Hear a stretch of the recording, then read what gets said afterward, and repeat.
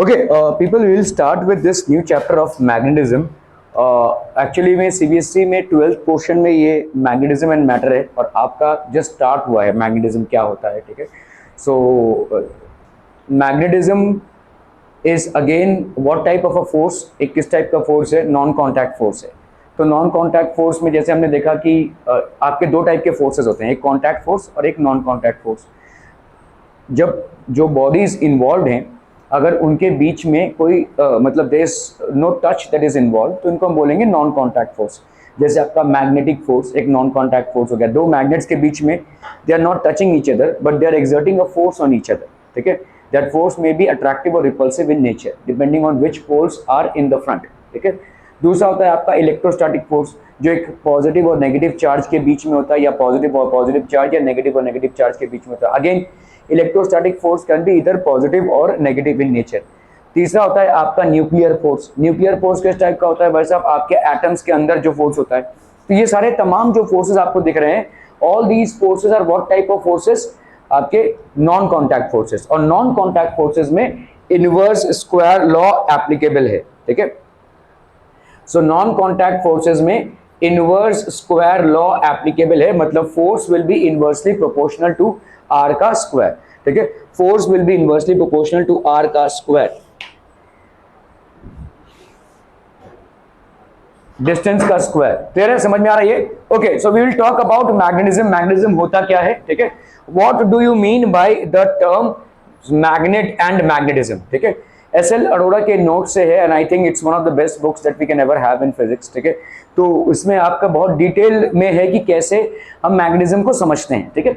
Okay, so a magnet is a material that has both attractive and directive properties. Attractive property मतलब क्या होता है भाई साहब, जो देखिए अगर कोई मैग्नेट इधर है और अगर कोई मैग्नेट इधर है तो मैग्नेट का फोर्स इसको इधर खींचेगा। इट्स नॉट दैट कि एक सामने ही होना चाहिए, उससे उधर से भी भाई साहब तो डायरेक्टिव भी होता है और अट्रैक्टिव भी होता है, ठीक है। ओके, सो इट अट्रैक्ट्स, तो मतलब देखिए डायरेक्टिव और अट्रैक्टिव मतलब क्या है, ठीक है। एक मैग्नेट जो है, how is a magnet acting as both attractive and directive. Directive और अट्रैक्टिव नेचर मतलब होता क्या है, ठीक है। अट्रैक्टिव नेचर मतलब क्या है, समझ लो कोई मैग्नेट है भाई साहब, ठीक है। ये अगर आपका एक मैग्नेट है, ये एक और मैग्नेट है, ठीक है। Let's say this is another magnet, ठीक है। ये एक और मैग्नेट है, लेट्स से इसका भाई साहब है नॉर्थ और इसका साउथ, इसका नॉर्थ और इसका भाई साहब south. So in between this it will be an attractive force, ठीक है। इन दोनों के बीच में भाई साहब किस टाइप का फोर्स डेवलप होगा, एक attractive force. Opposite poles attract each other, like poles repel each other, simple, ठीक है। डायरेक्टिव मतलब क्या हो जाएगा, डायरेक्टिव मतलब अगर आपने भाई साहब ऐसे एक सीलिंग से एक मैग्नेट को सस्पेंड किया, ठीक है। If you happen to suspend a magnet from the ceiling, so let's say भाई साहब ये आपका एक मैग्नेट हो गया, ये एक मैग्नेट है, ठीक है। इसका नॉर्थ पोल साउथ पोल रहेगा, ठीक है। अगर आपने इसको फ्रीली सस्पेंड किया, it will always adjust itself according to north and south direction, ठीक है। आप इसको कैसे भी घुमा के छोड़ देंगे, ठीक है। ये अगर मैग्नेट है, अगर कैसे भी घुमा के इसको छोड़ देंगे, it will oscillate, then it will readjust itself in the geographical north and south direction, ठीक है। तो ये होता है इसका डायरेक्टिव नेचर, ठीक है। A freely suspended magnet will always adjust itself in the north and south direction.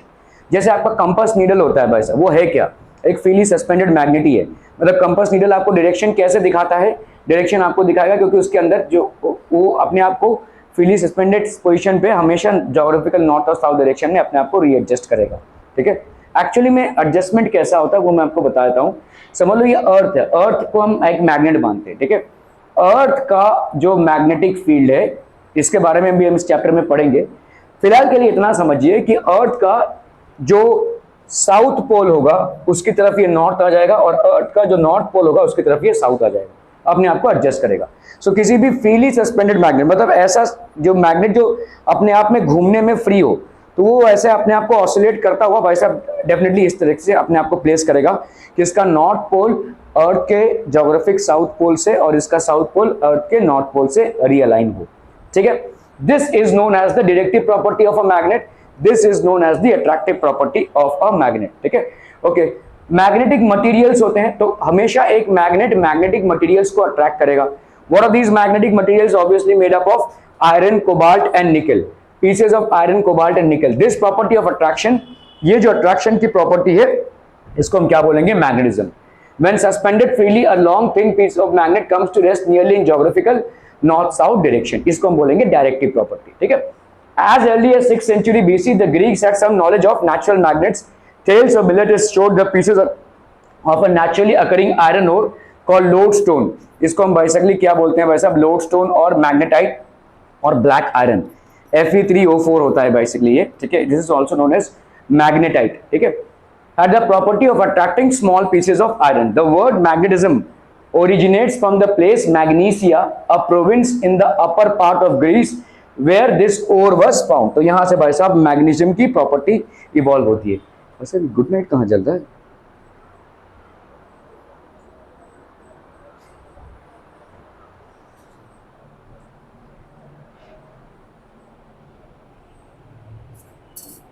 तो बुझ गया वैसे कहाँ चल रहा है ये?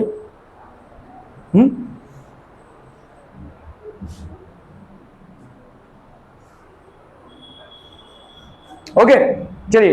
Letter on Chinese discovered that thin long pieces of lodestone. ठीक है,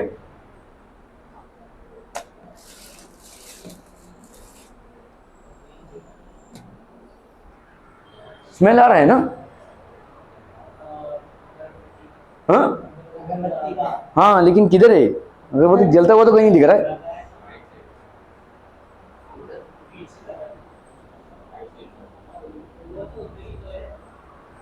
नहीं वो जल नहीं रहा है. कब का बुझिया है? हाँ इधर जला. चलो okay. So Chinese discovered that thin long pieces of lodestone if suspended horizontally. तो अगर आपने भाई साहब एक लोडस्टोन को ऐसे ही सस्पेंड कर दिया, it will readjust itself in about the geographical north. So इस तरीके के जो मैग्नेटिक नीडल्स होते हैं इसी पे डिपेंड करते हैं. आपके मैग्नेटिक नीडल्स बेसिकली घड़ियों में होते हैं. ठीक है, बहुत सारे आपके जो मैग्नेटिक कॉम्पसेस होते हैं जहां से हम डायरेक्शन को लोकेट करते हैं उनमें ये लोकेटेड होते हैं. ठीक है, okay. Later on Chinese discovered that thin long pieces of lodestone. ये सब आपके भाई साहब इसमें मैं नहीं जाऊंगा. Okay, artificial magnets. What are artificial magnets? Generally the natural magnets are not strong enough magnetically. तो जितने भी आपके नेचुरल मैग्नेट्स होते हैं जो हमको अर्थ से मिलते हैं या नेचर से मिलते हैं, they are not that strong. ठीक है, तो हम क्या करते हैं? आर्टिफिशियल मैग्नेट्स बाजार में बनाते हैं जिनके अलग अलग यूजेस हैं. For example horse shoe magnet आप सबने देखा रहेगा. बार मैग्नेट, ये एक मैग्नेटिक नीडल है. एक ये बॉल एंडेड मैग्नेट है नॉर्थ पोल और साउथ पोल का. ये different types of artificial magnets हैं. आर्टिफिशियल मैग्नेट्स का क्या काम भाई साहब? आपका घर में जो कॉलिंग बेल है वो मैग्नेट की प्रॉपर्टी पे चलता है. वो एक इलेक्ट्रोमैग्नेट है. जैसे आप बेल को प्रेस करते हैं करंट जाता है, एंड सोलेनॉइड से जब करंट जाता है तो उसमें मैग्नेटिज्म क्रिएट होती है जिसकी वजह से वो भाई साहब ऐसे अट्रैक्ट होता है और फिर वो बेल बजता है. जैसे आप उसको छोड़ देते हैं स्प्रिंग के हिसाब से तो बेल बजना बंद हो जाता है. ठीक है, सो बहुत सारे तमाम चीजें हैं जो हमको मैग्नेटिज्म से बेसिकली मिलता है. ठीक है, inconvenient shapes. The pieces of iron and other magnetic materials can be made to acquire the properties of natural magnets. तो जितने भी आपके आयरन पीसेस हैं या निकेल हो गया या कोबाल्ट हो गया, जो मैग्नेटिक मटेरियल्स हैं उनसे हम मैग्नेट्स बना सकते हैं. We can basically make magnets out of them. Such magnets are called artificial magnets. और generally artificial magnets are more powerful and useful than natural magnets. Artificial magnets की पावर और usefulness या यूटिलिटी नेचुरल मैग्नेट से ज्यादा होती है. ठीक है, the main advantage of these magnets is that they can be made much more stronger. जैसे मैंने आपको बताया artificial magnets are much more stronger than natural magnets and also of convenient shape and size. अभी भाई साहब जो natural magnet आपको nature से मिल रहा है, ठीक है, वो अपनी शेप में होगा ना भाई साहब, उसको आपको शेप, तो natural magnets will have its own shape. और हो सकता है नेचुरल मैग्नेट्स का जो शेप है वो आपके लिए इनकन्वीनियंट हो. ठीक है, it could be inconvenient for you. लेकिन आर्टिफिशियल मैग्नेट जो आप बना रहे हैं उसको आप अपने से शेप दे सकते हैं. ठीक है, okay. So the main advantage of these magnets is they can be made much more stronger than the natural magnets and also of any convenient shape and size. They are generally available in the following forms. Bar magnet, it is a bar or a circular or rectangular cross section. ठीक है, तो आपका भाई साहब bar magnet किस type का होगा? ये आपके बार मैग्नेट का शेप एंड साइज होगा. ठीक है, ये बार मैग्नेट में भाई साहब एक पोल आपका नॉर्थ और दूसरा आपका हो जाएगा south. This is basically bar magnet. ठीक है, ओके. मैग्नेटिक नीडल भाई साहब किस तरीके का हो जाएगा? Magnetic needle will be something of this sort. ठीक है, ये आपका एक मैग्नेटिक नीडल है. इसका भी भाई साहब एक नॉर्थ और साउथ पोल होगा. ठीक है, one will be north and the other will be south. ये आपका मैग्नेटिक नीडल हो गया. Thin magnetised steel needle having pointed ends and is pivoted at its centre. तो पिवटेड एट सेंटर मतलब इसमें घूम सकता है, ये ऐसे रहता है, ये मैग्नेटिक नीडल ऐसे प्लेस रहता है इसके ऊपर और टुड़ुंग टुड़ुंग ऐसे ऑसिलेट कर सकता है, घूम सकता है। हॉर्स शू मैग्नेट आप सबने देखा रहेगा भाई साहब, अगर आप चाहें तो जाकर स्टेशनरी की दुकान से इसको ले आ सकते हैं। This is known as a horseshoe magnet. इसका भाई साहब नॉर्थ और साउथ पोल दोनों भी होता है, ठीक है। This is called a horseshoe magnet. Horse shoe magnet actually bar magnet है, ये बार मैग्नेट ही है, लेकिन इसको हमने टेढ़ा करके ऐसा कर दिया है। क्यों ऐसा किया है? ताकि हमको दोनों पोल्स एक ही साइड में मिल जाए। बार मैग्नेट का एक इनकन्वीनियंस ये है कि एक साइड में आपको नॉर्थ मिल रहा है और एक साइड में आपको साउथ मिल रहा है। अगर दोनों भी पोल्स आपको एक ही साइड में चाहिए तो आप उसका बना देते हैं, बार मैग्नेट का बनाते हैं हॉर्स शू मैग्नेट, ठीक है। हॉर्स शू मैग्नेट हम इसलिए बोलते हैं क्योंकि ये हॉर्स शू शेप थे, ठीक है। हॉर्स के पैर के नीचे जो घोड़े की नाल होती है, ठीक है, जो लगाया जाता है उसको ठोक पीट कर, उसके शेप का होता है ये, ठीक है। बॉल एंडेड मैग्नेट, तो ball ended magnet is something like this. ये भाई साहब इस तरीके का, let's say this is basically एक रॉड होता है और यहाँ पे बॉल एंडेड मैग्नेट मतलब एक आपका नॉर्थ पोल हो गया और एक आपका साउथ पोल हो गया। It is a thin bar of circular cross section ending in two spherical balls. तो these are different types of magnets that are available in the market. Basic property क्या है भाई साहब? अट्रैक्टिव प्रॉपर्टी, ठीक है। Attractive property जो magnet की होती है वो मैक्सिमम होती है उसके पोल्स में, ठीक है। आपने एक मैग्नेट को लिया, एक भाई साहब ऐसा शीट ऑफ पेपर ले लिया और उसमें आयरन के चूड़े डाल दिया आपने, ठीक है। ये जो वेल्डिंग वाले काम करते हैं तो जब कटिंग करते हैं देखो वहां पे चूड़ा गिरता रहता है, तो वैसे आयरन के चूड़े अगर आपने डाल दिए तो आपको दिखेगा कि मैक्स उसके ऊपर अगर आप मैग्नेट को रखोगे तो आयरन के चूड़े भाई साहब पूरे बॉडी मैग्नेट में आ जाएंगे, लेकिन सबसे ज्यादा होंगे कहां पे? इसके पोल्स में, ठीक है। The maximum concentration of these iron filings will be around the poles. So a magnet attracts small pieces of iron, cobalt or nickel. Iron, cobalt and nickel, all three are known as magnetic materials. Okay? So when a magnet is brought near a heap of iron fillings, the ends of the magnet show the greatest attraction. So the poles का strength भाई साहब maximum होता है। Poles का जो strength होता है वो आपका होता है भाई साहब मैक्सिमम, ठीक है। और इसीलिए आपके जो आयरन फिलिंग्स हैं वो मैक्सिमम यहां पे अटैच होते हैं। Maximum number of iron filings get attached here. These ends where the magnetic attraction is the maximum are called the poles of the magnet. Thus every magnet has two poles, एक होगा आपका north pole और एक होगा आपका south pole. अभी अगर मैं आपको बोलूं कि भाई साहब डिस्क मैग्नेट है, ठीक है, ये एक डिस्क मैग्नेट है, इसका बताओ कैसे करोगे किसका नॉर्थ और साउथ? एवरी मैग्नेट का नॉर्थ और साउथ पोल होता है, तो how will a disc magnet have north and south poles? Bar magnet का तुम बता सकते हो, रॉड मैग्नेट का बता सकते हो, लेकिन इसका हाँ? तो आपका डिस्क कैसे होता है? डिस्क ऐसा होता है ना भाई साहब, इसका एक लेंथ और ब्रेथ तो होगा ना, ठीक है। तो मतलब ये जो इसका ऐसे रहेगा ना, ये डिस्क मैग्नेट, तो ऊपर वाला और नीचे वाला भाई साहब आपका हो गया जैसे डिस्क ऐसा होता है, देखो this our disc will look like.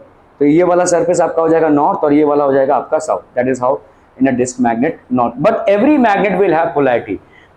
Magnetic monopole does not exist, ठीक है। ये आप भाई साहब नोट कर सकते हैं कि मैग्नेटिक मोनोपोल, ठीक है, magnetic monopole does not exist. Magnetic monopole does not exist. Magnetic monopole भाई साहब एग्जिस्ट कर ही नहीं सकता। क्या ये मामला समझ में आ रहा है? मैग्नेट्स में मोनोपोल एग्जिस्ट कर ही नहीं सकता, it can not exist. Are we clear on this one people? समझ में आ रहा है ये, ठीक है, okay. So this every magnet has two poles, ठीक है। एवरी मैग्नेट भाई साहब पोल्स हमेशा जोड़ी में ही रहेंगे। किसी मैग्नेट में आप नहीं बोल सकते इस मैग्नेट में सिर्फ नॉर्थ पोल है या इस मैग्नेट में सिर्फ साउथ पोल है, तो वो मैग्नेट नहीं है फिर, ठीक है। It is not a magnet. Magnet has to have, magnetic monopole exist कर ही नहीं सकता। सिर्फ नॉर्थ या सिर्फ साउथ पोल किसी भी मैग्नेट में नहीं एग्जिस्ट कर सकता, ठीक है।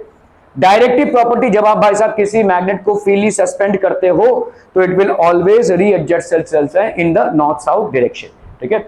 So when a magnet is suspended or pivoted freely, it aligns itself in the geographical north-south direction. तो geographical north-south direction में भाई साहब ये अपने आप को realign कर लेगा। The pole of the magnet which points towards the geographical north is called the north-seeking or north pole. जो आपका भाई साहब नॉर्थ की तरफ होता है उसको हम बोलेंगे north pole. The other pole which points towards the geographical south is called the south-seeking or south pole of the magnet, ठीक है। क्लियर है? क्लियर है? क्लियर है? ओके। तीसरा कैरेक्टरिस्टिक भाई साहब सिंपल चीजें हैं। Like poles repel, unlike poles attract each other. North pole के सामने नॉर्थ पोल को लाओगे तो रिपेल होगा, साउथ पोल के सामने साउथ पोल को लाओगे तो रिपेल होगा, नॉर्थ के सामने साउथ को लाओगे तो अट्रैक्ट होगा। सिंपल है भाई साहब, ठीक है। So like poles repel and unlike poles attract each other, like poles repel and unlike poles attract, ठीक है। तो आपके नॉर्थ पोल और नॉर्थ पोल में रिपल्शन होगा। This is called law of magnetic poles. Complex number का मैं फिर से नहीं कराने वाला हूं, ठीक है, that is done and closed. जब मैं करा रहा था तब आपने कुछ नहीं बोला, 2 हफ्ते तक वो क्लास चला, अभी मैं एक टीचर को फिर से नहीं पढ़वा सकता वो, it will be done and closed. आपका उस पर टेस्ट भी होगा, टेस्ट हो चुका है शायद ना कॉम्प्लेक्स नंबर पे, तो फिर क्या अभी क्या वापस जाना उसमें, जब होना था तब बताना चाहिए था ना आपको। कॉम्प्लेक्स नंबर हो गया, सब कुछ हो गया, उसके बाद आप उठ के आके बता रहे हो कि नहीं हमको नहीं समझ में आया, I can not go back there. Time तो भाई साहब जाएगा ही ना, कि हम पूरा टाइम वही करते रहें। There is a time to go ahead and speak up about things. Magnetic poles always exist in pairs, तो आपका मोनोपोल एग्जिस्ट नहीं कर सकता है, magnetic poles will always exist in pairs, ठीक है। तो अगर नॉर्थ पोल है तो साउथ में आपका साउथ पोल एग्जिस्ट करेगा, ठीक है। नॉर्थ और साउथ, नॉर्थ और साउथ, नॉर्थ और साउथ, नॉर्थ और साउथ और नॉर्थ और साउथ, ठीक है। So magnetic poles always exist in pairs if we try to isolate the two poles. अगर समझ लीजिए भाई साहब हमने इसको बीच में से काटा, तो इसका भाई साहब इधर क्या जनरेट होगा, साउथ पोल्स, इधर क्या भाई साहब जनरेट होगा, इसका नॉर्थ पोल, ठीक है। कितनी ही बार काट लो भाई साहब, कितनी ही बार एक मैग्नेट को आप काट लो, उसके पोल्स को आप सेपरेट नहीं कर सकते। जैसे मैंने आपको बोला, magnetic monopole is not a possibility, ये हो ही नहीं सकता।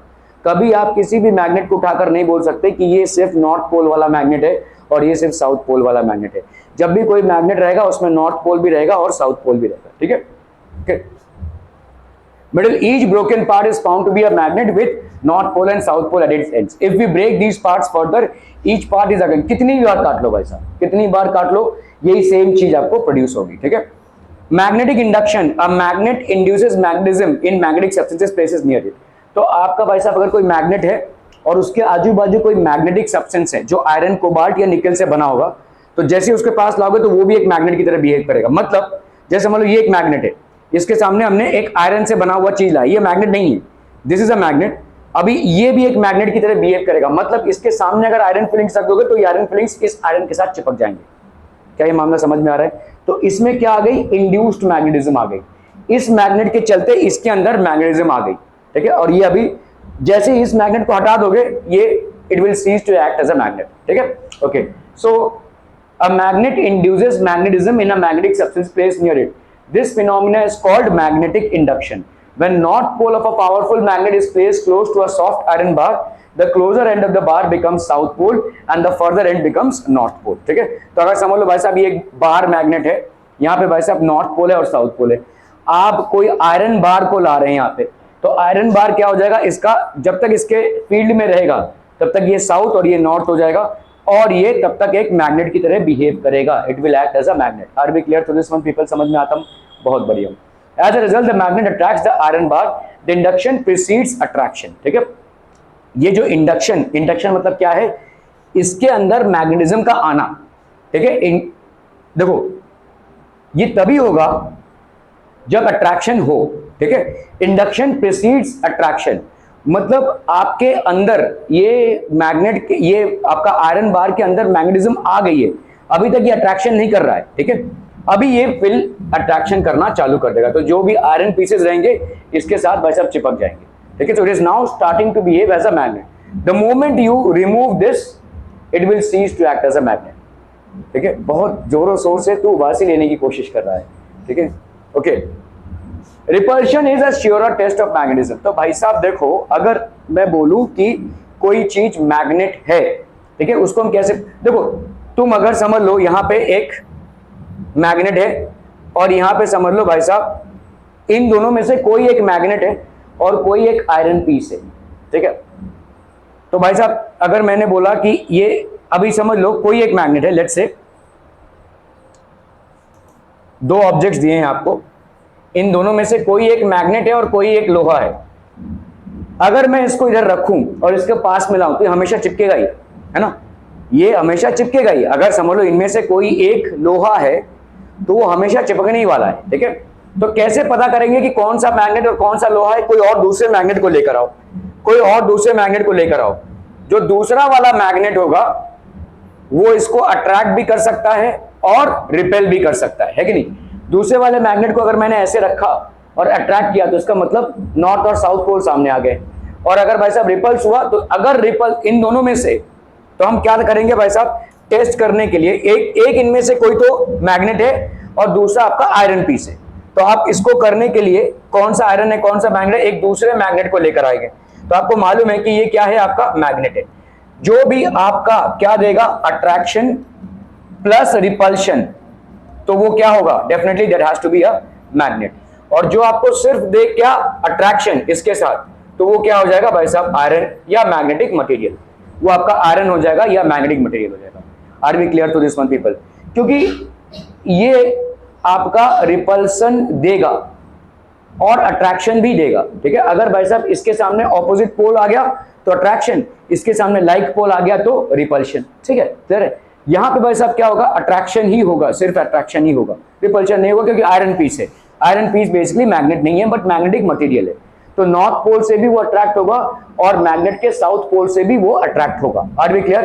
तो आपने कैसे प्रूव किया कि ये मैग्नेट है, by the test of repulsion, क्योंकि देखो अट्रैक्शन तो इधर भी हो रहा है और अट्रैक्शन तो इधर भी हो रहा है, ठीक है। यहां पे रिपल्शन हो रहा है लेकिन यहां पे रिपल्शन नहीं हो रहा है, that's how you prove that repulsion is a sure test of magnetism. तो रिपल्शन आपका क्या हो जाएगा, श्योर टेस्ट ऑफ मैग्नेटिज्म, ठीक है। तो ये सब तो तमाम बातें हैं जो आप ऑलरेडी पढ़ चुके हैं। ओके, मैग्नेटिक फील्ड, तो जैसे देखो इलेक्ट्रिक चार्ज का उसके आजू बाजू क्रिएट होता है क्या, इलेक्ट्रिक फील्ड, वैसे ही मैग्नेट का उसके आजू बाजू क्रिएट होता है क्या, मैग्नेटिक फील्ड। ये एक मैग्नेट रखा हुआ है भाई साहब, तुम वाशी में एक लोहा लेकर जा रहे हो, क्या वो उसका ट्रैक करेगा, ऑब्वियसली नहीं, ठीक है। जैसे ही तुम इसके फील्ड में आते हो, इसके जहां तक ये अपनी फील्ड को फैला के रखा है, तब जाकर वो लोहा क्या एक्सपीरियंस करेगा, मैग्नेटिक फोर्स एक्सपीरियंस करेगा, ठीक है। चाहे कोई दूसरा मैग्नेट हो या चाहे लोहा हो, ठीक है, मैग्नेटिक मटेरियल हो या दूसरा कोई मैग्नेट हो। तो the space around the magnet, तो एक मैग्नेट के आजू बाजू जो space within which its influence can be experienced is called the magnetic field। इसको हम बोलेंगे भाई साहब मैग्नेटिक फील्ड, ठीक है, क्लियर है? Okay, uniform, a magnetic field in a region is said to be uniform if it has the same magnitude and direction at all points of that region। तो uniform मतलब क्या हो गया कि समझ लो ये कोई मैग्नेट है और इस मैग्नेट के आजू बाजू एक फील्ड है, और ये जो फील्ड है मैग्नीट्यूड और इसका डायरेक्शन सेम है। मैग्नीट्यूड और डायरेक्शन अगर सेम होगा तो यूनिफॉर्म मैग्नेटिक फील्ड होगा। At given place the magnetic field of the earth can be considered as uniform, ठीक है। Okay, the field due to a bar magnet is not uniform. क्यों नहीं uniform है भाई साहब, बताइए, बार मैग्नेट का मैग्नेटिक फील्ड यूनिफॉर्म क्यों नहीं है? जल्दी बोलना है, अगर नहीं बोल पा रहे तो तुम मतलब तुम लेक्चर में सो रहे हो तुम लोग। ये एक बार मैग्नेट है भाई साहब, यहां पे बोला जा रहा है कि field is not uniform. The field, magnetic field, the magnetic field of a bar magnet is not uniform। बोला हो, बोला जल्दी से बोला। अनलाइक पोल से, अनलाइक पोल तो किसी भी मैग्नेट में रहेगा। यूनिफॉर्म क्यों नहीं है फील्ड? इसके आजू बाजू का जो फील्ड है वो यूनिफॉर्म नहीं है।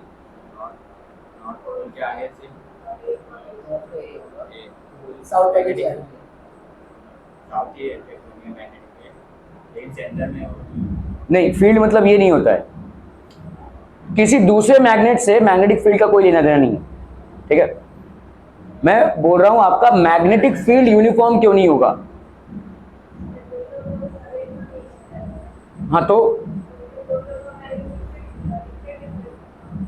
अभी आपने जो पढ़ा कि हमने अगर समझ लो एक शीट ऑफ पेपर पे आयरन फिलिंग्स रखा और उसके सामने कोई मैग्नेट रख दिया, तो ये इसके ऊपर कोई मैग्नेट रख दिया, तो ज्यादा करके आयरन फिलिंग्स कहां पे होंगे, इधर, और ज्यादा करके आयरन फिलिंग्स इधर। क्या यहां पे भी आयरन फिलिंग्स चिपकेंगे? चिपकेंगे, लेकिन उतनी भारी मात्रा में नहीं। तो इसका मतलब क्या हो गया, इधर का जो फील्ड है वो कंपैरेटिवली वीक है, ये जो पोल्स में जो फील्ड है ये कंपैरेटिवली स्ट्रॉन्गर है, दिस इज मोर स्ट्रॉन्गर, ठीक है। और मैग्नेटिक फील्ड आपका डिपेंड करता है कितने लाइंस जा रहे हैं वहां से, ठीक है। मतलब कैसा होगा, देखो आप देखोगे जब आप किसी बार मैग्नेट को किसी ऐसे पेपर के ऊपर रख रहे हो जिसमें भाई साहब आयरन फिलिंग्स को आपने छिड़काया है, तो आपको इस तरीके का लाइन मिल जाएगा, इस तरीके का। आयरन फिलिंग्स जो है अपने आप से ऐसे अरेंज होने लगेंगे, आयरन फिलिंग्स भाई साहब ऐसे अरेंज होने लगेंगे, ठीक है। सो जितना, यही आपके मैग्नेटिक लाइंस हो गए, these are basically magnetic lines. जहां पे जितना ज्यादा भीड़ रहेगा मैग्नेटिक लाइंस का, वहां पे आपका जो मैग्नेटिक फील्ड होगा उसका स्ट्रेंथ भी ज्यादा होगा, ठीक है। Magnetic field will be directly proportional to the number of magnetic lines, ठीक है। तो यहाँ पे भाई साहब नॉर्थ है और यहाँ पे साउथ है, तो आपके सारे पोल्स में जो यहाँ से शुरू होते हैं यहाँ पे खत्म होते हैं, यहाँ से शुरू होते हैं यहाँ पे खत्म होते हैं, तो शुरुआती तौर पे और एंड तौर पे सबसे ज्यादा लाइंस ऑफ फोर्स रहेंगी, इसीलिए मैग्नेटिक फील्ड भी इन पोल्स पे आपको स्ट्रॉन्गेस्ट मिलेगा, ठीक है। जो बीच का होगा जहां पे बहुत कम आयरन फिलिंग्स अटैच होते हैं वहां पे उतना स्ट्रॉन्ग मैग्नेटिक फील्ड नहीं होगा, ठीक है। सो इसीलिए क्या हो गया भाई साहब, मैग्नेटिक फील्ड यूनिफॉर्म तो रहा नहीं, ठीक है। Magnetic field is not uniform, it is strongest at the poles and weakest at the centre, ठीक है। क्लियर है, क्लियर है, क्लियर है भाई साहब। यूनिफॉर्मिटी नहीं रहेगी, चारों तरफ एक ही टाइप का स्ट्रेंथ नहीं रहेगा। A uniform magnetic field acting in a plane of paper is represented by equidistant parallel lines। तो अगर देखो जैसे हम इलेक्ट्रिक फील्ड को रिप्रेजेंट करते हैं वैसे ही मैग्नेटिक फील्ड को भी हम रिप्रेजेंट कर सकते हैं। तो इलेक्ट्रिक फील्ड को कैसे रिप्रेजेंट करते हैं, पॉजिटिव चार्ज से नेगेटिव चार्ज की तरफ। मैग्नेटिक फील्ड को कैसे रिप्रेजेंट करते हैं, नॉर्थ पोल से साउथ पोल की तरफ। क्लियर, क्लियर, ठीक है। A uniform magnetic field is acting in the plane of paper, ठीक है, is represented by equidistant parallel lines. So these are equidistant parallel lines. A uniform magnetic field acting perpendicular to the paper and directed outwards। तो देखो perpendicular to the paper and directed outwards is represented by dots। मतलब देखो तुम्हारी तरफ magnetic field है, अगर तुम्हारी तरफ मैग्नेटिक फील्ड है तो उसको तुम कैसे रिप्रेजेंट करोगे पेपर में, ऐसे डॉट से। तुम जिस पेपर में ऐसे रिप्रेजेंट कर रहे हो मतलब ये मैग्नेटिक फील्ड किसकी तरफ है, तुम्हारी तरफ है। और जो मैग्नेटिक फील्ड पेपर के अंदर जा रही है, समझ लो बोर्ड के अंदर जा रही है, ठीक है, अंदर, तो उसको तुम कैसे रिप्रेजेंट करोगे, ऐसे क्रॉस, ठीक है। और जो मैग्नेटिक फील्ड ऐसे ऐसे जा रही है तुम उसको ऐसे रिप्रेजेंट कर सकते हो, ऐसे ऐसे जा रही है तो भाई साहब ऐसे रिप्रेजेंट कर सकते हो। क्या ये समझ में आ रहा है? तो चार तरीके से तुम मैग्नेटिक फील्ड को रिप्रेजेंट कर रहे हो। एक तो भाई साहब मैग्नेटिक फील्ड क्या हो गई, मतलब ये ऐसे जा रही है, देखो, ठीक है। One magnetic field is like this, it is going like this, ये भाई साहब ऐसे जा रही है, ठीक है, ऐसे जा रही है, मतलब ये नॉर्थ है ये साउथ पोल है, या ऐसे भी हो सकता है भाई साहब, ये नॉर्थ है और ये साउथ है, ठीक है, ये ऐसे भी जा सकती हैं, ठीक है, क्लियर है। और दूसरा तरीका क्या हो गया भाई साहब आपका, ऐसे डॉट्स,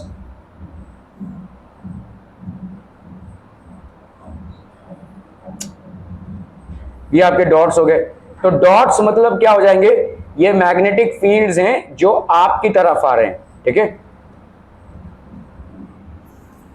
टुवर्ड्स ऑब्जर्वर, ठीक है, टुवर्ड्स ऑब्जर्वर है, आपकी तरफ आ रहे हैं।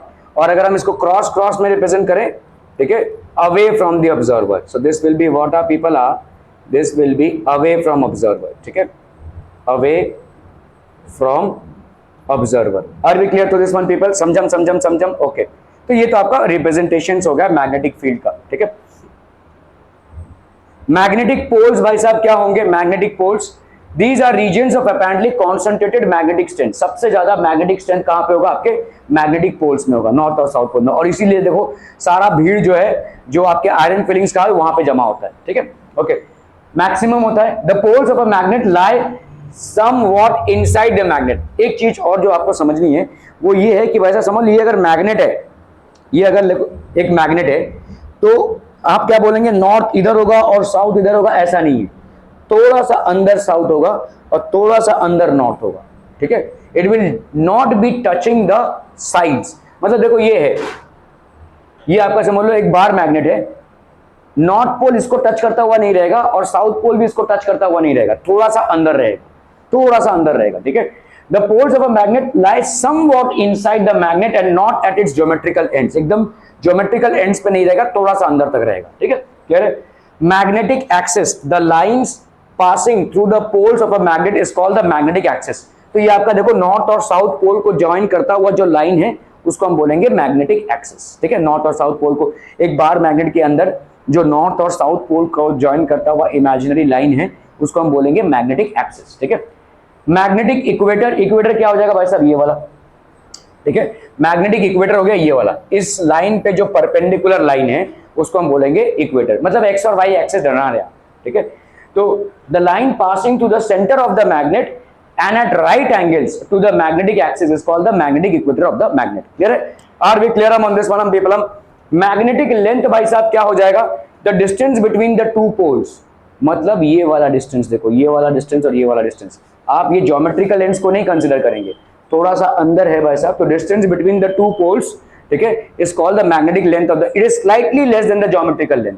क्यों ज्योमेट्रिकल लेंथ से ये क्यों कम होगा? क्योंकि ज्योमेट्रिकल सरफेस पे आपके पोल्स नहीं होते हैं, थोड़ा सा भाई साहब अंदर की तरफ आपका पोल्स होता है. Are we clear? ठीक है, ओके. तो ये हो गया देखिए ज्योमेट्रिकल लेंथ, मतलब जो बार मैग्नेट आपने लिया है उसका ये हो गया ज्योमेट्रिकल लेंथ, और ये हो गया आपका मैग्नेटिक लेंथ या पोल लेंथ भी बोल सकते हैं आपको.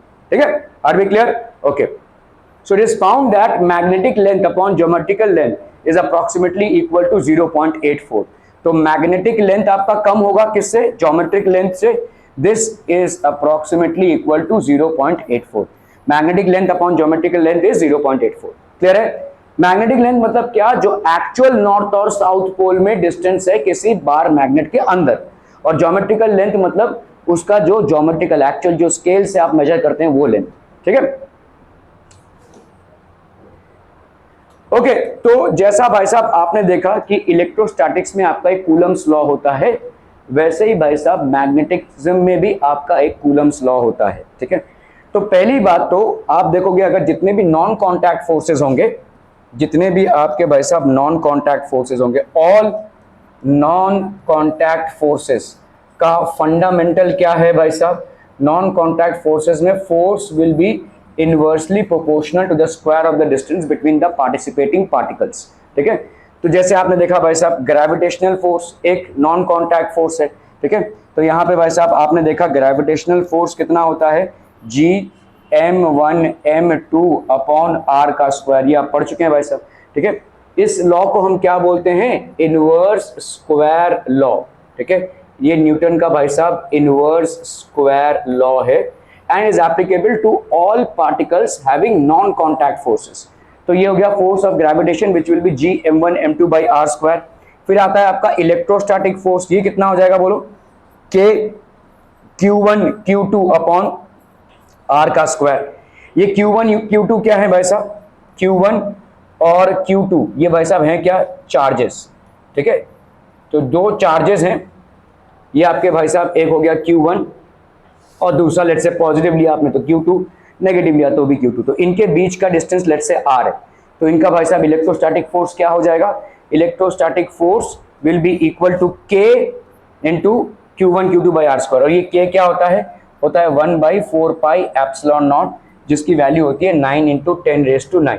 ये तो बाद में देखेंगे हम. जी आप पढ़ चुके हैं भाई साहब, यहाँ पे M1 और M2 क्या हो जाएगा? M1 and M2 will be the masses. ये हो गया आपके मासेस. ठीक है, ये हो गया आपका M1 आपका M2 और ये हो गया भाई साहब क्या? Distance r. So these are two masses M1 and M2 and this is the force of gravitation which exist between them. पढ़ चुके हैं आप. क्या मैग्नेटिज्म भी एक नॉन कॉन्टैक्ट फोर्स है? Definitely it is. ठीक है, तो मैग्नेटिज्म को भाई साहब हम क्या लिखेंगे? This is how magnetism is represented as. तो कूलम का जो लॉ है वो यहाँ पे भी लगता है, Coulomb's law of magnetic force. This law states that the force of attraction is directly proportional to the product of their pole strengths. तो जो भी पोल की स्ट्रेंथ होगी दो मैग्नेट्स के बीच में उस पर डिपेंड करेगा. तो force of attraction will be directly, तो अगर QM1 तो आपका भाई साहब पोल स्ट्रेंथ एक का है QM1 और दूसरे मैग्नेट का पोल स्ट्रेंथ है QM2, तो force will be equal to K, that is K is a constant, QM1 QM2 upon r का स्क्वायर. इस K को जब हम रिप्रेजेंट करते हैं तो ये हो जाएगा μ0/4 पाई. हमेशा इसी फॉर्मेट में आपको लेना है μ0/4 पाई, क्योंकि इसकी वैल्यू होती है क्या? 10⁻⁷ न्यूटन. ठीक है, ये QM1 and QM2 these are known as the pole strengths. ठीक है, QM1 QM2 अगर होते हैं भाई साहब 1 तो आपका ये फोर्स हो जाएगा 10⁻⁷. Hence unit magnetic pole may be defined as the pole which when placed in vacuum at distance of 1 meter from an identical pole repels it with a force of 10⁻⁷. देखो भाई साहब यहाँ पे कूलम्स लॉ क्या बोल रहा है? दो मैग्नेट्स हैं. ठीक है, यहाँ पे भाई साहब एक मैग्नेट इधर है और ये एक मैग्नेट है भाई साहब इधर. सो लेट्स से इसका पोल स्ट्रेंथ है QM1, इसका पोल स्ट्रेंथ है QM2. ठीक है, लेट्स से ये नॉर्थ है और ये नॉर्थ है, या साउथ है, या नॉर्थ साउथ भी हो सकता है, ठीक है। तो इन दोनों के बीच में जो फोर्स होगा, मैग्नेटिक फोर्स, वो कितना हो जाएगा, this will be equal to mu naught upon 4 पाई। ये म्यू नॉट क्या होता है भाई साहब, this is permeability, this is permeability of free space, ठीक है, परमिएबिलिटी ऑफ फ्री स्पेस। और ये म्यू नॉट बाई 4 पाई की वैल्यू कितनी होती है बच्चा वाडी, म्यू नॉट बाई 4 पाई की वैल्यू होती है 10⁻⁻⁷ न्यूटन, इसको याद रखिएगा, ठीक है, म्यू नॉट बाई 4 पाई। तो कहीं कहीं पे तुम्हारा म्यू नॉट है, तुम जबरदस्ती क्या करोगे, ऊपर भी 4 पाई से मल्टीप्लाई करोगे, नीचे भी 4 पाई से मल्टीप्लाई करोगे, क्योंकि तुमको मालूम है म्यू नॉट बाई 4 पाई की वैल्यू होती है 10⁻⁷ न्यूटन, ठीक है, क्लियर है, ओके। तो ज्यादा करके इस 4 पाई को मत छेड़ना नीचे, क्योंकि म्यू नॉट बाई 4 पाई तुमको डायरेक्ट आंसर दे रहा है। अभी तुम अगर उसको, कभी कभी कैंसिलेशन में हम टेम्प्ट हो जाते हैं, और यहाँ पे 4 दिख रहा है, ऊपर 16 दिख रहा है, ले काट दिया भाई साहब, अभी म्यू नॉट बाई पाई इसका वैल्यू क्या होगा, तब तुमको निकालना पड़ेगा। तो keep it the way it is, ठीक है।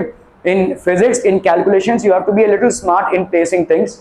तो म्यू नॉट बाई 4 पाई को वैसा ही रखो, इस 4 को किसी कैलकुलेशन में इस्तेमाल मत करो, ठीक है। आइडियली म्यू नॉट बाई 4 पाई का आपका डायरेक्ट आंसर आता है 10⁻⁷। जैसे ही आपने इस 4 को, समझ लो ऊपर 16 आया है, किसी से मल्टीप्लाई कर रहे हो, इसको यूज कर लिया, तो भाई साहब म्यू नॉट बाई पाई आ गया, आप फंसोगे भाई साहब, अब इसका वैल्यू क्या होगा, ठीक है। सो कैलकुलेशंस को वो कॉम्प्लिकेटेड बना सकता है, इसलिए keep it the way it is, mu not by 4 pi, clear है, ओके। तो ये हो गया भाई साहब QM1 pole strength QM2 upon R का स्क्वायर, ये हो गया कूलम्स लॉ ऑफ मैग्नेटिज्म, ठीक है भाई साहब, Coulomb's law of magnetic force, almost same as electrostatic force, ठीक है, where K is the proportionality constant which depends upon the nature of the medium as well as on the system of units for SI units, poles in vacuum। तो अगर vacuum होगा तो आपका क्या हो जाएगा, म्यू नॉट बाई 4 पाई, अगर vacuum है तो।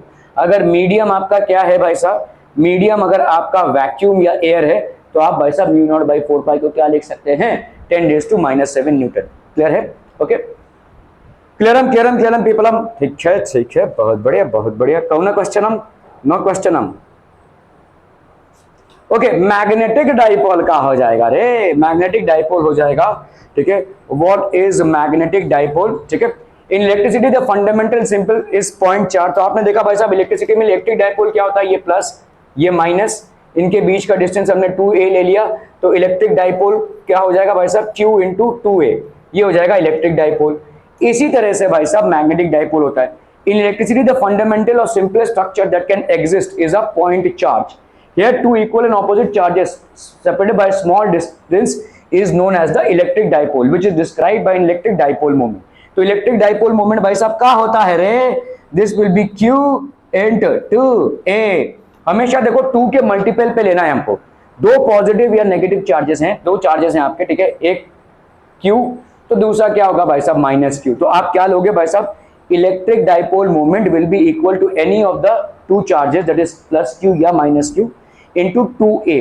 अभी ये a वेक्टर फॉर्म में रहेगा, ठीक है, मतलब इसका डायरेक्शन हमेशा पॉजिटिव से नेगेटिव की तरफ होगा। हालांकि a एक लेंथ है, length between the two charges है, लेकिन हम उसको वेक्टर फॉर्म में लेते हैं, ठीक है। तो in magnetism isolated magnetic poles भाई साहब एग्जिस्ट नहीं करते हैं। आपने देखा कि magnetic monopole is a impossibility, ठीक है। तो in magnetism isolated magnetic poles do not exist. Here the simple structure that can exist is magnetic dipole, which is described by the magnetic dipole moment। तो इसी तरह से भाई साहब magnetic dipole moment हो गया। Arrangement of two equal and opposite magnetic poles, तो ये भाई साहब हो गया आपका नॉर्थ पोल और ये हो गया south pole by small distance is called a magnetic dipole. तो ये आपका हो गया magnetic dipole. Every bar magnet is a magnetic dipole, every magnet is a magnetic dipole. A current carrying loop behaves as a magnetic dipole. Even an atom acts as a magnetic dipole due to circulatory motion of electrons around its nucleus। तो magnetic dipole moment क्या है, this will be equal to, समझो भाई साहब यहाँ पे है आपका एक बार मैग्नेट, एक बार मैग्नेट है और कुछ भी है नॉर्थ पोल साउथ पोल, ये हो गया उसका QM। तो ये भी भाई साहब कितना हो जाएगा, मैग्नेटिक पोल स्ट्रेंथ इसका भी हो जाएगा QM। North pole south pole है भाई साहब, नॉर्थ पोल साउथ पोल है, समझ लो इनके बीच का जो डिस्टेंस है that is magnetic pole length that is 2a। हम हमेशा ऐसा लेंगे। अभी देखो इसका मतलब क्या है, 2a का मतलब क्या है इसको समझिए। समझ ली तुमको दिया हुआ यहाँ पे 3, इन दोनों के बीच में डिस्टेंस 3 मीटर्स, तो तुम क्या लोगे, इसका मतलब 2a की वैल्यू होगी 3, मतलब a की वैल्यू क्या होगी 1.5, ठीक है, क्लियर है, ओके। तो आपका मैग्नेटिक पोल लेंथ क्या हो जाएगा, this will be equal to QM into 2L, vector format में है भाई साहब ये, मतलब इसका डायरेक्शन हमेशा क्या होगा, नॉर्थ से साउथ की तरफ, ठीक है। ये क्या रिप्रेजेंट कर रहा है, वेक्टर फॉर्मेट, मतलब इसका direction, the direction of magnetic dipole movement will always be from north to south, clear है, okay. where qm is the pole strength and 2l is the magnetic pole measured from south pole to north pole, ठीक है। इसका भाई साहब क्या हो जाएगा, this is measured in ampere metre square, ampere metre square और जूल्स पर टेस्ला। ये टेस्ला भाई साहब मैग्नेटिक फील्ड का होता है, ये हम पढ़ेंगे इसको, ठीक है। सो एम्पियर मीटर स्क्वायर और जूल्स पर टेस्ला, ठीक है। आपका magnetic moment is measured in joules per Tesla, ठीक है, और एम्पियर मीटर स्क्वायर, ठीक है। ये हो गया आपका ऐसा यूनिट, ओके ओके ओके। इसको हम देखते हैं भाई साहब, चलिए भाई साहब फटाफट कुछ न्यूमेरिकल्स करते हैं, जरा नोटबुक्स निकालिए, आपकी सारे आंखें बंद हो रही हैं भाई साहब, चलो फटाफट।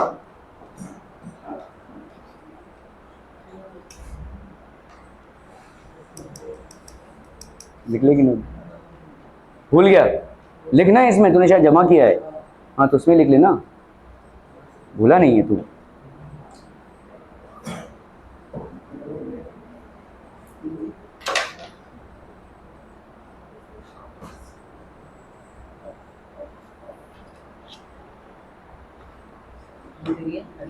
आधा किलो का इंसान 5 किलो की स्ट्रेचिंग, भाई साहब बाप रे बाप, हड्डियां खिसक जाएंगी भाई साहब इतनी स्ट्रेचिंग करेगा तो। मैग्नेटिक डाइपोल मोमेंट क्या है आपका, देखो m is equal to magnetic pole strength into 2L हो गया ये, ठीक है। कूलम्स लॉ क्या बोल रहा है, F magnetic force which exist in the form of repulsion और attraction both mu not by 4 pi QM1 by QM2 by R square, pole strength is in ampere meter, तो आपका ये पोल स्ट्रेंथ है QM1, इसका unit क्या होगा, ammeter metre, force is in newton, distance in metre. आपका भाई साहब म्यू नॉट की वैल्यू देखो, म्यू नॉट बाई 4, देखो म्यू नॉट बाई 4 पाई की वैल्यू क्या होता है, 10⁻⁻7 न्यूटन, जिसको हम क्या लिख सकते हैं, टेस्ला मीटर पर एम्पियर, ऐसा भी लिख सकते हैं, टेस्ला मीटर पर एम्पियर, ठीक है।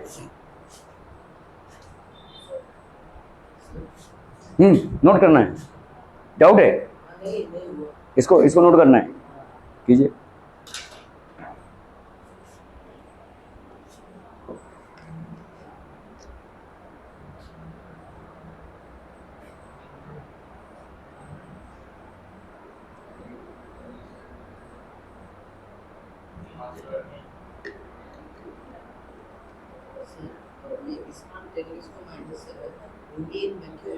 हाँ हाँ हाँ हाँ, जभी वैक्यूम या एयर, वैक्यूम या एयर दोनों में चलेगा, अगर मीडियम चेंज कर दिया तो वो चेंज हो जाएगा।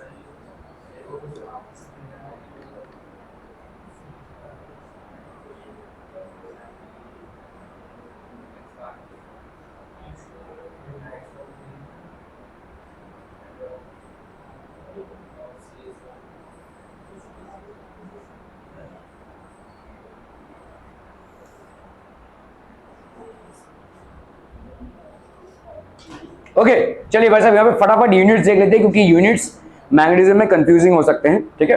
एक बार फिर से बता देता हूँ आपको, देखो यहाँ पे आपका मैग्नेटिक फोर्स जो आता है आपका, that is mu not by 4 pi, ठीक है, QM1 QM2 बाई R का स्क्वायर। इस फोर्स का यूनिट किस में होगा भाई साहब, न्यूटन में, क्योंकि ये फोर्स है तो न्यूटन में होगा, ठीक है। ओके, म्यू नॉट बाई 4 पाई, इसका वैल्यू क्या हो जाएगा, म्यू नॉट बाई 4 पाई, इसका यूनिट अगर हम देखेंगे 10⁻⁻7 न्यूटन, ठीक है, क्लियर है। QM1 मैग्नेटिक पोल स्ट्रेंथ, ये हो जाएगा अमीटर मीटर, ठीक है। A meter, meter will be the magnetic pole strength का, ठीक है। मैग्नेटिक पोल स्ट्रेंथ का यूनिट क्या हो जाएगा, magnetic pole strength, magnetic pole strength का भाई साहब यूनिट क्या हो जाएगा, अमीटर मीटर, ठीक है। क्लियर है, ओके।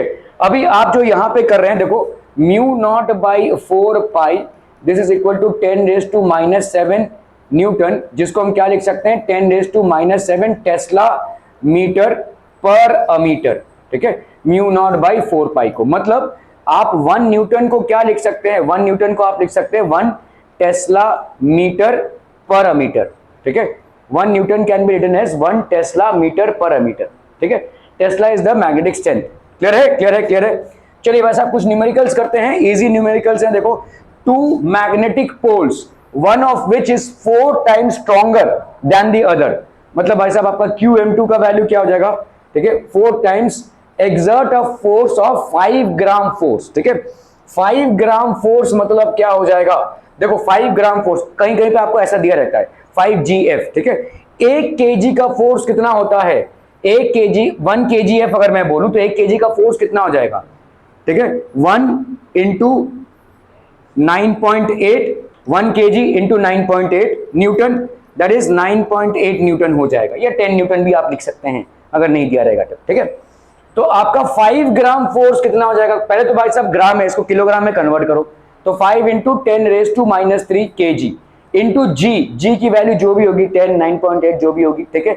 ये हो गया भाई साहब आपका न्यूटन, ठीक है, this is the Newton. Clear है, 5 इंटू 10⁻³ जी मतलब यहां पे क्या है, एक्सीलरेशन ड्यू टू ग्रेविटी, ग्राम नहीं, ठीक है, जी, ठीक है, इंटू, और ये हो गया आपका न्यूटन, ठीक है, ओके। तो आपका भाई साहब ये लिख सकते हैं 5 into 10⁻³ which is 5 into 10⁻³ into 9.8 Newton, ठीक है, okay. One of which is 4 times stronger than the other exert a force, तो पहले तो हमने इस फोर्स को निकाल लिया, ठीक है। When placed at distance of 10 centimetre, 10 centimetre मतलब आर आपका यहाँ पे क्या हो गया, 10 सेंटीमीटर का हो गया, मतलब ये हो जाएगा 10 इंटू 10⁻, हाँ मालूम है, आर की वैल्यू निकाले ना पहले, 10 इंटू 10⁻² मीटर, ठीक है। So that will be how much, 10⁻⁻1 metre, ये हो गया आपका आर, इसका आपको निकालना है स्क्वायर, आर स्क्वायर करना है, ठीक है, okay. So Coulomb's law of magnetism अगर हम यूज करते हैं, F is equal to mu not by 4 pi QM1 QM2 by R का स्क्वायर। तो भाई साहब फटाफट से फोर्स की वैल्यू डालिए, फोर्स की वैल्यू कितनी हो गई, 1 kilogram force, 5 into 10⁻³ into 9.8 mu naught by 4 पाई कितना हो गया, 10⁻⁻7 QM1 इंटू QM2, आपने देखा भाई साहब 1:4 का रेशियो है, तो QM इंटू 4QM अपॉन 0.1 का भाई साहब स्क्वायर, ठीक है। तो QM का स्क्वायर कितना हो जाएगा, 5 into 9.8 into 0.1 10⁻⁴ upon 4, that is आपका हो गया 25 इंटू 49, ठीक है।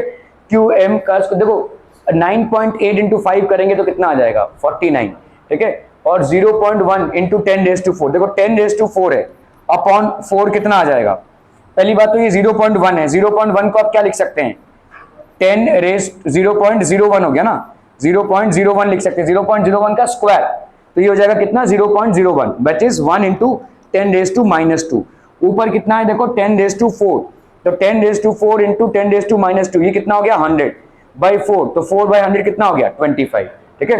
तो ये हो गया 25 और ये हो गया 49, मतलब QM की वैल्यू कितनी आ जाएगी 5 into 7, that is 35 A meter meter, ठीक है। आपने देखा भाई साहब पोल स्ट्रेंथ का यूनिट क्या होता है, अमीटर मीटर, तो 4 QM क्या हो जाएगा 4 इंटू 35, दैट इज 140 AM। तो आपके ये दोनों भाई साहब find the strength of each pole, दोनों पोल्स का ये स्ट्रेंथ हो गया। क्या ये समझ में आ रहा है, ये रिपीट टेलीकास्ट चाहिए, are we clear on this one people, ठीक है, okay. Two similar magnetic poles having pole strengths in the ratio of 1:2, मतलब आपका अगर QM1 अगर हमने मान लिया क्या QM है, तो QM2 कितना हो जाएगा 2QM, है ना भाई साहब, 1:2 का रेशियो है, ठीक है, okay. Are place 1 meter apart, मतलब आर की वैल्यू कितनी हो गई यहाँ पे 1, ठीक है। Find the point where a unit pole experiences no net force due to the two poles, मतलब क्या है कि अगर आपका भाई साहब ये दोनों सेपरेटेड हैं बाय डिस्टेंस r, तो ये हो गया आपका QM1 और ये आपका QM2, आपको इन दोनों के दरमियान एक ऐसा पॉइंट निकालना है जहां पे resultant magnetic force will be zero. ठीक है, समझ में आ रहा है? Find the point where a unit pole experiences no net force, कोई नेट फोर्स उसको एक्सपीरियंस नहीं हो रहा है, यूनिट पोल है। मतलब यहां पे जो आप QM को रखने वाले हो, जो मैग्नेट को आप रखने वाले हो, उसका भाई साहब क्या है? 1। ठीक है, समझ में आ रहा है? क्या ये समझ में आ रहा है भाई साहब? देखो यहां पे 1:2 है, 1 मीटर अपार्ट है। देखो इसको ऐसे समझो, यहां पे आपका लेट्स से यहां पे एक है और यहां पे एक है, सो दीज आर 2 मैग। तो इनके वजह से यहां पे है भाई साहब QM, 1:2 है, तो यहां पे कितना हो जाएगा? 2QM। ठीक है, अभी आपने एक यूनिट पोल लिया है, मतलब अभी कोई दूसरा QM है जिसका वैल्यू QM डैश है, लेट्स से इसका वैल्यू है 1। ठीक है, इसको आप यहां पे कहीं पे रख रहे हो। इन दोनों के बीच में डिस्टेंस भाई साहब कितना है? इन दोनों के डिस्टेंस में बीच में भाई साहब है आपका 1 मीटर का डिस्टेंस है। ठीक है, इन दोनों के बीच में यूनिट पोल को तुम कहीं पे तो रख रहे हो, यहां पे रेक्ट से रख रहे हो, और इस यूनिट पोल पे ये QM डैश की वैल्यू यहां पे कितनी है? 1। जो फोर्स है, नेट फोर्स, वो 0 है। ठीक है, ओके। अभी देखो जब आप इसको यहां पे रख रहे हो, लेट्स से ये डिस्टेंस कितने का है भाई साहब? ये डिस्टेंस है आपके x का, तो ये वाला कितना हो जाएगा? 1 माइनस एक्स, है कि नहीं? समझ में आ रहा है? ये क्लियर है, क्लियर है, क्लियर है। तो on the unit pole force due to QM कितना हो जाएगा? F इज इक्वल टू, तो यहां पे force due to QM on this unit pole कितना हो जाएगा? देखो म्यू नॉट बाई 4 पाई होता है QM1 QM2 अपॉन R का स्क्वायर होता है भाई साहब। तो फटाफट से वैल्यू डालिए, यहां पे क्या हो जाएगा? Mu not by 4 pi QM1 की वैल्यू यहां पे QM हो गई, और QM2 की वैल्यू या QM डैश की वैल्यू कितनी है? 1, है कि नहीं? इसकी वैल्यू तो भाई साहब 1 है, और दोनों के बीच में डिस्टेंस कितने का है भाई साहब? आपने मान लिया है x, तो ये हो गया x स्क्वायर। ठीक है, ये हो गया F। अभी हम इस पे लगता हुआ फोर्स इसकी वजह से उसको कैलकुलेट करेंगे, तो let's say that is F dash will be equal to mu not by 4 pi. ठीक है, इसकी वजह से हो गया 2QM अपॉन 1 माइनस एक्स का स्क्वायर। अभी इसमें जो रिजल्टेंट फोर्स है वो भाई साहब 0 है, मतलब ये वाला फोर्स और ये वाला फोर्स दोनों तरफ से लग रहा है ना, एक पे ये और एक पे ये, तो एक तरफ से लग रहा है फोर्स F, दूसरी तरफ से लग रहा है भाई साहब फोर्स F डैश, ये दोनों भाई साहब के बराबर। तो इसका मतलब F और F डैश भाई साहब बराबर हो जाएगा, मतलब mu not by 4 pi QM by x का square will be equal to mu not by 4 pi 2QM upon 1 minus x का स्क्वायर। ये कैंसलम, ये भी कैंसिल, ये भी कैंसिल। तो अभी आप क्या लिख सकते हैं भाई साहब?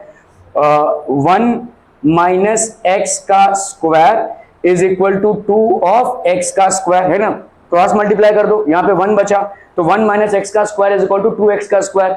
दोनों तरफ अंडर रूट ले लो, 1 minus x is equal to under root 2x, ये हो जाएगा भाई साहब। ठीक है, तो इसका मतलब अगर मैंने इसको इधर ले लिया तो root 2 plus 1 into x will be equal to 1, है ना भाई साहब? ये इधर आया, तो आपका x का वैल्यू कितना हो गया? 1 अपॉन 1 प्लस अंडर रूट 2 या रूट 2 प्लस 1, ये हो गया भाई साहब आपका x का वैल्यू। ठीक है, तो इसी को आपको कैलकुलेट करना है यहाँ पे, देखो। ठीक है, तो x is equal to 1 upon 1 plus under root 2। अभी इसको वैल्यू आपको कैलकुलेट करना है, 1 upon 1 plus 1.41।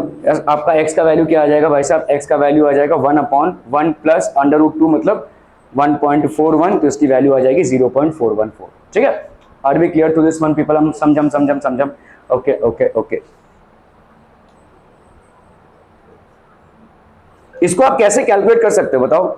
Without log table use किए कैसे कैलकुलेट करोगे? देखो आपने यहाँ पे कैलकुलेट किया ना, x is equal to 1 upon under root 2 plus 1, इसका वैल्यू कितना है? 0.414। Is there a way you can calculate this? भाई साहब बचपन में सीखा है रैशनैलिटी कैसे होती है।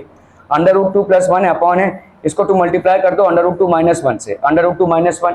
ठीक है, तो ऊपर कितना आ जाएगा बोलो? अंडर रूट 2 माइनस 1 अपॉन इधर क्या आ जाएगा? a plus B into A minus B है, तो that will be A square minus B का square, a plus B into A minus B. ठीक है, सो दिस, अभी हमको रूट 2 की वैल्यू मालूम है कितनी है? 1.414 होती है। ठीक है, तो यहाँ पे हम क्या लिख सकते हैं? 1.414 माइनस 1 अपॉन यहाँ पे कितना हो जाएगा बोलो? 2 माइनस 1, तो दैट विल बी 1। यहाँ पे इससे माइनस करोगे तुमको आ जाएगा 0.414। So this is going to give you without any calculations 0.414। Are we clear to this one people? ठीक है, ओके यहाँ पे देखो क्या दिया हुआ है, calculate the force acting between two magnets of length. तो ये आपका एक मैग्नेट है 15 सेंटीमीटर का, ये मैग्नेट आपका 15 सेंटीमीटर का, ठीक है, of length 15 centimeter each, and pole strength आपको दिया हुआ यहाँ पे 80 A meter meter each when a separation between their north poles, इनके बीच में जो separation between north poles is 10 centimeter and between their south poles is भाई साहब कितना है 40 सेंटीमीटर। दोनों भी मैग्नेट क्या है, इक्वल लेंथ के हैं, ठीक है। तो अगर ये भाई साहब 40 का है और ये 10 का है तो इन दोनों का लेंथ मिलाकर कितने का हो जाएगा, 30 का। 30 को दोनों में डिवाइड कर दो, 15-15 क्या हो गए। क्या ये समझ में आ रहा है भाई साहब? 15-15 आपको दिया नहीं हुआ है, ऐसे कैलकुलेट कर सकते हो। यहाँ पे क्या दिया हुआ है, calculate the force acting between two magnets of length 15 centimetre से दिया हुआ है। चलिए भाई साहब, ठीक है, ओके। हियर QM1 और QM2 आपको क्या दिया हुआ है, 80 मीटर दिया हुआ है। For the repulsion between poles N1 and N2 ये कितना हो जाएगा, mu not by 4 pi QM1 into QM2 by R का स्क्वायर। तो म्यू नॉट बाई 4 पाई की वैल्यू कितनी होती है, 10⁻⁻⁷। QM1 और QM2 मतलब 80 दो बार मल्टीप्लाई कर दोगे, क्योंकि यहाँ पे तुमको दिया हुआ है भाई साहब 80 मीटर दिया हुआ है, ठीक है। अपॉन यहाँ पे क्या करोगे, 0.1 का स्क्वायर। क्यों 0.1 का स्क्वायर भाई साहब, 10 सेंटीमीटर को तुमने किस में कन्वर्ट किया है, मीटर में, ऐसा यूनिट में, ठीक है।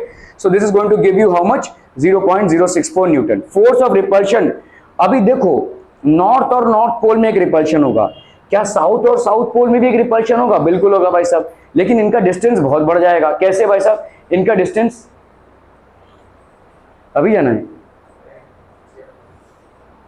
उत्तर तक खड़े रहेंगे 15 मिनट, अच्छा उनको सजा मिलेगी जल्दी आने की, ओके ठीक है, ओके। तो आपका भाई साहब यहाँ पे force of repulsion between S1 and S2, तो ये S1 और S2 में भाई साहब डिस्टेंस कितना हो जाएगा, बोलो S1 और S2 में डिस्टेंस कितना हो जाएगा, 15, 10 और 15, तो कितना हो गया 15, 30 और 10, 40, ठीक है। तो अभी आप कितना R लोगे, 0.4, फॉर्मूला वही रहेगा, म्यू नॉट बाई 4 पाई की भी वैल्यू कितनी रहेगी, 10⁻⁷।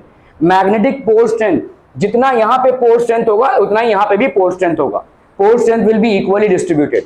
नॉर्थ पोल पे अगर आपका भाई साहब कितना है भाई साहब पोल स्ट्रेंथ 80 मीटर है, तो साउथ पोल पे भी 80 मीटर ही होगा। क्लियर है, समझ में आ रहा है? तो यहाँ पे भी, लेकिन यहाँ पे डिस्टेंस बढ़ गया है, तो देखो यहाँ पे 0.04 और यहाँ पे आ गया 0.10, ठीक है, ओके। तो force of attraction between N2 and S1, अभी आपको कैलकुलेट क्या करना है, force of attraction between N2 and S1, ठीक है। ये दोनों भी क्या थे, ये आपके इक्वल पोल्स हैं, लाइक पोल्स रिपेल, तो ये था आपका force of repulsion. Force of repulsion 2 होगा, इन दोनों के बीच में और इन दोनों के बीच में। फोर्स ऑफ अट्रैक्शन क्या होगा, इसके और इसके बीच में और इसके और इसके बीच में। तो फोर्स ऑफ अट्रैक्शन को कैलकुलेट करने के लिए इसका मैग्नेटिक स्ट्रेंथ तुमको मालूम है कितना है, 80 है, इसका भी 80 होगा, लेकिन इनके बीच में डिस्टेंस कितने का हो जाएगा भाई साहब, ये आपका 15 प्लस 10 कितना हो गया, 25 है ना भाई साहब। एंड कैसे, इसका ना 15 और इसका 10, N2 और S1 की बात कर रहा हूं मैं, और N1 और S2 का भी यही होगा, है ना। तो N2 और S1, force of attraction between N1 and S2, ये क्या हो जाएगा, म्यू नॉट बाई 4 पाई की वैल्यू हो गई 10⁻⁷। QM1 QM2 की वैल्यू हो गई 80 इंटू 80 अपॉन यहाँ पे कितना हो जाएगा 25 सेंटीमीटर, दैट इज 0.25, तो ये हो गया आपका 0.010 न्यूटन, ठीक है। Force of attraction between N2 and S1 भी कितना हो जाएगा 0.010 न्यूटन। तो रिजल्टेंट फोर्स क्या हो जाएगा, force of attraction minus force of repulsion, force of attraction हो गया minus force of repulsion, so this will B 0.048 Newton. Clear है, रिजल्टेंट फोर्स जो अट्रैक्ट, अभी यहाँ पे ये क्या था आपका फोर्स ऑफ अट्रैक्शन, F1 और F2 क्या हो गया फोर्स ऑफ अट्रैक्शन, ये हो गया force of repulsion. Force of repulsion को 2 बार कैलकुलेट करने की जरूरत नहीं है, ठीक है।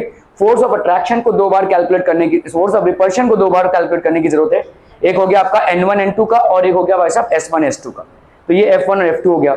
F3 को 2 बार कैलकुलेट करने की जरूरत नहीं है, क्योंकि N2 और S1 में जो डिस्टेंस है N1 और S2 में भी वही डिस्टेंस है, ठीक है। तो जो आपने F3 के लिए कैलकुलेट किया वही F4 में भी एप्लीकेबल हो जाएगा। तो total force of attraction minus total force of ये हो गया आपका रिपल्शन और ये हो गया भाई साहब अट्रैक्शन। तो कौन जीत रहा है यहाँ पे, रिपल्शन जीत रहा है, तो रिजल्टेंट फोर्स आपका क्या हो जाएगा, repulsive in nature. Are we clear on this one people, समझ में आ रहा है ये, ठीक है, ओके ओके ओके, बहुत बढ़िया बहुत बढ़िया बहुत बढ़िया। चलिए 3 सा सवाल भाई साहब, a magnetic dipole of length 10 centimeter, इसका पोल स्ट्रेंथ कितना है 20 A meter meter, find the magnetic moment of the dipole. ठीक है, मैग्नेटिक मोमेंट क्या हो जाएगा Q into 2L। Magnetic pole strength आपको दिया हुआ है कितना 20, और आपने 2L की वैल्यू क्या लिखी है यहाँ पे भाई साहब, 2L की वैल्यू कितनी है 10 सेंटीमीटर, L मत लिख देना, 2L लिखना है तुम्हें। ठीक है, 2L हम कैलकुलेशन पर्पसेस के लिए यूज करें, आप बताएंगे भाई साहब 2L का क्या है। यहाँ पे आप यहाँ पे बहुत सारे कैलकुलेशंस करेंगे, जहां पे समझ लो ये अगर 2L दिया हुआ है आपको, आपने बीच में इक्वेटर पे किसी जगह पे कोई चीज रखी हुई है, तो मतलब ये वाला डिस्टेंस L और ये वाला डिस्टेंस L, इसी के लिए आपका 2L लिया जाता है। फिलहाल आपका 2L, इस सवाल में 2L से कोई मतलब नहीं है, आप सीधा सीधा Q इंटू 2L अगर करेंगे तो Q इंटू 0.1, तो ये हो गया आपका 2 मीटर मीटर स्क्वायर। क्लियर है, क्लियर है, क्लियर है। ओके, बहुत बढ़िया भाई साहब, बहुत बढ़िया, सही जा रहे हैं आप लोग। ओके चलिए, यहाँ पे क्या दिया हुआ है, अब बार मैग्नेट, इसका मैग्नेटिक मूवमेंट दिया हुआ है, मैग्नेटिक मूवमेंट दिया हुआ है, मतलब क्या दिया हुआ है भाई साहब, डाइपोल मूवमेंट दिया हुआ है, मतलब मैग्नेटिक मूवमेंट जो दिया हुआ है वो कितना है 5 meter meter square, has poles, तो आपके पोल्स का डिस्टेंस कितना है भाई साहब 20 सेंटीमीटर, तो आपका 2L का डिस्टेंस कितना हो जाएगा भाई साहब 20 सेंटीमीटर, जिसको आप क्या लिख सकते हैं 20 इंटू 10⁻⁻2 मीटर। ठीक है, क्लियर है। अभी आपको भाई साहब यहाँ पे QM की वैल्यू निकालनी है, आपको भाई साहब magnetic pole strength, magnetic pole कितना होता है, कैलकुलेट द पोल स्ट्रेंथ, तो ये होता है आपका QM इंटू 2L, तो आपका भाई साहब यहाँ पे हो जाएगा, तो ये हो गया QM m/2L, तो ये हो गया 5/0.2, सो ये हो गया 25 मीटर मीटर। ठीक है, QM हो गया भाई साहब 25 मीटर मीटर। क्लियर है, क्लियर है, क्लियर है, are we clear on this one people? Okay okay okay, चलो भाई साहब यहाँ पे सवाल है, a steel wire of length L has a magnetic movement, इसका कितना है भाई साहब M, it is bent into a semi circular arc, तो आपका भाई साहब स्टील वायर है, ऐसा ऐसा ऐसा कर दिया, ठीक है, सेमी सर्कुलर आर्क बना दिया है, क्या ये मामला समझ में आ रहा है? तो इसको क्या हो गया, सेमी सर्कुलर आर्क, तो स्टील वायर को हमने क्या किया भाई साहब सेमी सर्कुलर आर्क में परिवर्तित कर दिया भाई साहब। ठीक है, तो ये स्टील वायर था, तो अभी आप देखो यहाँ पे सेमी सर्कुलर आर्क अगर हम करते हैं, ठीक है, तो QM की वैल्यू क्या होती है M इंटू L, है ना भाई साहब, QM की वैल्यू क्या हो जाएगी, पोल स्ट्रेंथ आपका क्या हो जाएगा M इंटू L क्यों हो जाएगा बताइए, when the wire is bent into a semicircular arc, ठीक है, the separation between the pole changes from L to 2R, पहले भाई साहब सेपरेशन बिटवीन द पोल्स क्या था, सेपरेशन बिटवीन द पोल्स क्या था भाई साहब, यहाँ पे ये था आपका 2L, अभी क्या हो जाएगा, अभी हो जाएगा इनका जो रेडियस होगा ये हो जाएगा, है कि नहीं, रेडियस R हो जाएगा। ठीक है, where R is the radius of the semi circular arc, thus L is equal to कितना हो जाएगा पाई R। क्या ये समझ में आ रहा है भाई साहब? देखो देखो देखो, यहाँ पे आपका ये जो L, ये आपका 2L से कितना हो गया, चलो यहाँ पे L ही मान लेते हैं, पहले क्या था ये L था, ये लेंथ था L, मैग्नेटिक पोल्स का सेपरेशन था L, अभी कितना हो गया भाई साहब, आपने इसको ऐसे कर दिया, तो अभी मैग्नेटिक सेपरेशन कितना हो जाएगा 2R का हो जाएगा, है ना, सेमी सर्कुलर आर्क में, तो ये 2R की वैल्यू किसके बराबर होगी, L के बराबर होगी, है ना। ओके, तो आपका L की value L to 2R, where R is the radius of the semi circular arc, तो आपका L जो होगा वो किसके बराबर हो जाएगा भाई साहब, पाई R के बराबर, या R को हम क्या लिख सकते हैं, देखो L को पाई R क्यों लिखेंगे, सेमी सर्कुलर आर्क का लेंथ कितना होगा पाई R होगा ना, पूरे सर्किल का लेंथ कितना होता है 2 पाई R, तो आधे सर्किल का लेंथ कितना होगा पाई R, आधे सर्किल का लेंथ तुम्हें मालूम है L, तो L इज इक्वल टू कितना हो गया पाई और R। ठीक है, क्लियर समझ में आ रहा है ये नहीं, ठीक है, L की वैल्यू हो गई भाई साहब पाई R, या R की वैल्यू क्या हो जाएगी L by pi, new magnetic movement क्या हो जाएगा QM into 2R, that is M by L, ये तो आप निकाल ही चुके हैं M बाई L, आप अपने हिसाब से देखो 2L को आप L भी ले सकते हैं, 2L को जनरली हम L भी ले सकते हैं, तो M by L 2L by pi, तो that will be 2M by pi. क्या ये समझ में आ रहा है? देखो देखो देखो भाई साहब, यहाँ पे आपको एक ये दिया हुआ है क्या, दिस इज बेसिकली ये आपको एक मैग्नेट दिया हुआ है, ठीक है, यहाँ पे इसका स्ट्रेंथ दिया हुआ है QM, इसका स्ट्रेंथ दिया हुआ है QM, और हमने मान लिया कि भाई साहब ये जो लेंथ है वो कितना है आपका L है, ठीक है, L है लेंथ, अभी इसको हमने ऐसे कर दिया, ठीक है, क्या बना दिया भाई साहब, इसका आर्क बना दिया, ठीक है, so if we have made an arc out of it, it will look something like this, this is the arc, ठीक है, इसका पूरे का लेंथ कितना है भाई साहब, L, ठीक है। अभी इनके बीच में पोल्स में डिफरेंस कितने का हो जाएगा, मैग्नेटिक पोल्स में जो डिफरेंस है वो कितने का हो जाएगा भाई साहब, जो इसका रेडियस बनेगा, ठीक है। भाई देखो यहां से लेकर ये R और ये वाला हो गया R, ठीक है, क्लियर है। अभी हम यहां पे क्या मान सकते हैं, जब एक सर्किल होता है पूरा, जब पूरा सर्किल होता है तो उसका लेंथ कितना होता है 2πr, तो हाफ सर्किल का, सेमी सर्किल का क्या हो जाएगा भाई साहब 2πr बाई हाफ, मतलब हो गया आपका पाई आर। मतलब यहां से लेकर यहां तक की लेंथ कितनी हो गई पाई आर, और यहां से लेकर यहां तक की लेंथ हमको मालूम है कहां से आ रही है, एल से आ रही है भाई साहब, ठीक है। तो आर की वैल्यू क्या हो जाएगी, एल बाई पाई। क्या ये मामला समझ में आ रहा है, आर की वैल्यू हो गई भाई साहब एल बाई पाई। तो मैग्नेटिक मूवमेंट आपका नया वाला क्या हो जाएगा, क्यू इंटू, भाई साहब नया वाला मैग्नेटिक मूवमेंट हो जाएगा क्यू इंटू 2r, है ना, हाँ क्यू इंटू, हाँ 2r ही होगा, मतलब ये पूरा लेंथ है ना भाई साहब r और r। तो आपका भाई साहब क्यू की वैल्यू पहले क्या थी, हमने देखी भाई साहब मैग्नेटिक एम, आप मैग्नेटिक मूवमेंट क्या था भाई साहब, आपका मैग्नेटिक मूवमेंट यहाँ पे दिया हुआ है ना, ठीक है, एम इंटू एल, ठीक है। तो आपका भाई साहब क्यू इंटू एल था ये मैग्नेटिक मूवमेंट, ठीक है। तो क्यू की वैल्यू क्या थी भाई साहब एम बाई एल, ठीक है। इस क्यू की वैल्यू डालिए यहाँ पे M by L into 2r की वैल्यू डालिए, 2r की वैल्यू हो जाएगी 2 इंटू एल बाई पाई, ये एल और एल कैंसिल हो गया तो ये हो गया 2m बाई पाई। जो आपको चीजें दी हुई थी उसी में आंसर आया, देखो 2m का, ठीक है। सिर्फ यहाँ पे दिया हुआ था ना मैग्नेटिक मोमेंट m, तो भाई साहब ये m में आपका आंसर आ गया 2m बाई पाई। क्लियर है, are be clear on this one people. ओहो, ये है आपका छोटा सा नन्ना सा प्यारा सा क्या होमवर्क, बस बस बस, ज्यादा नहीं ज्यादा नहीं, जो हम पढ़े हैं उसी पे आपका होमवर्क रहेगा। ये आपको मिल जाएगा आखिरी वाली शीट पे, शीट पे, शीट पे, ओके। और इसमें तो भाई साहब एमसीक्यू भी नहीं है, मतलब आपको झक मार के ये 8 सवाल करने हैं, आंसर दिए हुए हैं, यूनिट्स भी दिए हुए हैं, तो कोई दिक्कत नहीं होगी, ठीक है। It should be a smooth cake walk for you, ठीक है। इसमें तो भाई साहब कोई कॉपिंग वॉपिंग कुछ नहीं हो सकती, बहुत बढ़िया भाई साहब, ऐसे ही सवाल चाहिए।